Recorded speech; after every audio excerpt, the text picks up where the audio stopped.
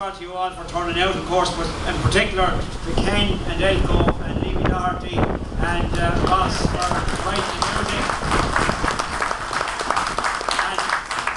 And we'll have a few more tunes when we wrap up this part of the meeting. But I wanted to say this: super rich bankers, Irish bankers, German bankers, French bankers, developers and their crony politicians have absolutely destroyed the country.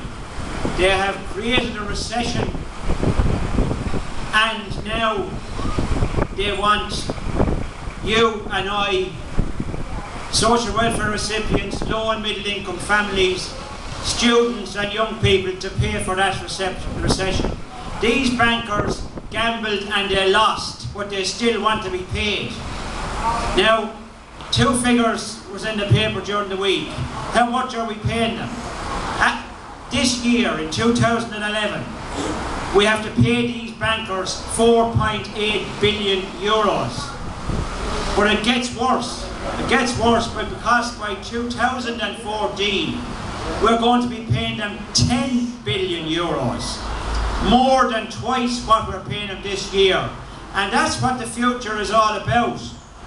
Absolutely fleecing us, not just today, not just in this budget, but for the next 4 or 5 years. Paying back bankers who gambled and lost and now want an each way bet on their losses. They want to win when they win, and they want to win when they lose. And they want to make us ordinary people pay for the monies that they gambled recklessly with and lost. And this budget is a result of that. It's about paying back those bankers. It's about paying back the international bankers and the super rich who have created a huge recession.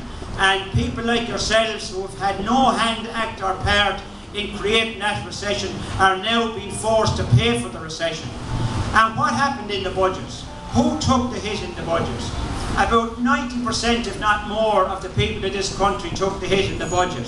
And there are people like low-income families, as I said, like middle-income families, like carers, people who provide 7-day-a-week, 24-hour service to elderly people and to ill people, and who get a pittance for it, and who save the country hundreds of millions of euros every year. They're the people who are being hit. They were cut this year and they were cut again last year.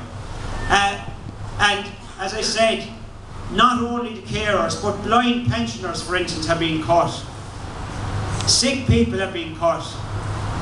Yet, not a single halfpenny was taken from very wealthy people. As Paddy said, about 5% of the super rich population of this country own 40% of the wealth and have 250 billion euros in assets. But were they taxed? Did they pay more tax? No. No wealth tax. Now there's a wealth tax in most European countries. There's a wealth tax in many of the states in the United States. But in Ireland, the super rich, who still have 250 billion euros in assets, pay no wealth tax. They pay no assets tax. And as Paddy said, what did this budget do for them? It first of all didn't tax them. Secondly, gave them back money. Gave them back, as Paddy said, 72 million euros. And if you read the papers last week, the developers who are part and parcel of creating this recession, what's going to happen to them? We're being told in the media that, you know, they've lost money and all that, but they still have 250 billion euros of assets. And by the way, last Sunday it was reported in the papers that NAMA are now going to waive the debts of those developers. I didn't hear anybody talking about waiving the mortgages of hard-pressed couples who are paying over the odds for mortgages and who are in negative equity. But it appears that the people who created the recession, who still have loads of money, are not going to pay a halfpenny tax to sort out this recession. Now, the other big thing that budget has done is it has taken it has taken 6 billion euros out of circulation. And the previous budgets, last two budgets, have taken out 8 billion euros out of the economy. And what does that do? That drives the recession deeper. It creates more unemployment.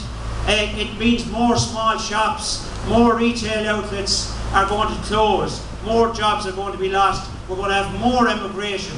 And in fact, 60,000 people have already left these shores because of the recession and because of the way the money has been taken out of the economy. We need money put into the economy. We need a stimulus so as jobs can be created. And if you do that, then money can be saved on social welfare payments and can be put back into the exchequer by way of tax and social welfare payments that people at work make.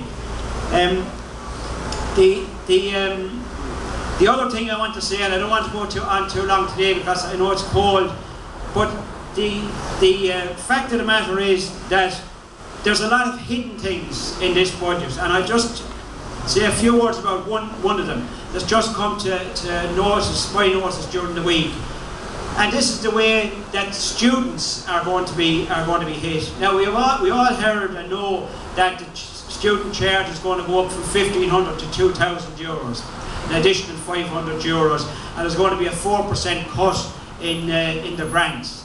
But by the way as well, and this hasn't been announced, I haven't seen it anywhere except in the documentation that's just come out for grants for this coming year. The payment of grants on what they call the adjacent and non-adjacent rate has been changed. If you were living more than 15 miles from the third level institution that you were attending, you got what they call the non-adjacent rate, and it was about 3,100 euros. They've now changed that, and now you have to be living more than 28 miles from the institution. And if you're living less than 28 miles from the institution, you're going to be paid what they call the adjacent rate, which is about 1,300 euros. People are going to lose about 1,800 euros on that aspect of the loan, on top of the 4% reduction in the grant, and on top of the 500 euros of a charge.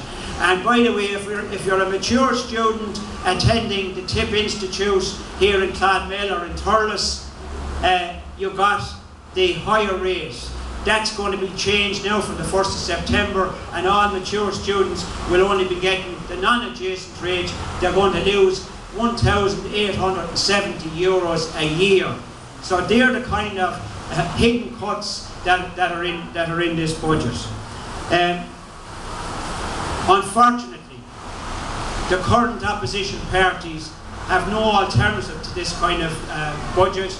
They've already effectively accepted the budgets. They've accepted this 3% deficit by 2014. Fine Gael have said they've accepted the 6 billion cuts. The Labour Party want 4.5 billion in cuts, and they say they won't reverse any of the cuts when they get into government. So they're no alternative. We need to have a voice for ordinary people in the next Dáil.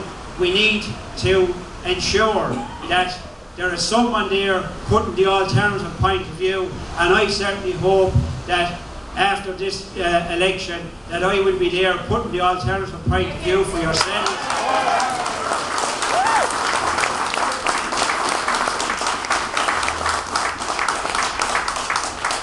Putting the alternative point of view for yourselves and for the people of South Tipperary. As I said, I won't go on any further, just to thank you all again for turning out. I'm delighted to see you all here. It's a very good turnout for a very bad day. We have, of course, done a number of other things in this Fight Back campaign on the budget. We've already distributed 20,000 leaflets to houses right across the county, in every town and village right across the county. We've had a lot of publicity for this budget campaign, and we have done a loudspeaking tour on Thursday afternoon, Friday, and again this morning throughout the constituency. And we're here this evening just to put the final touches to this campaign and to thank you for coming and to ask you for your full support in the coming election campaign.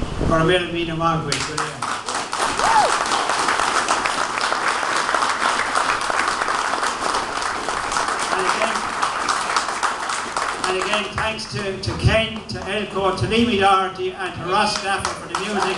And we'd ask them to give another view before we finish. Thank you very much.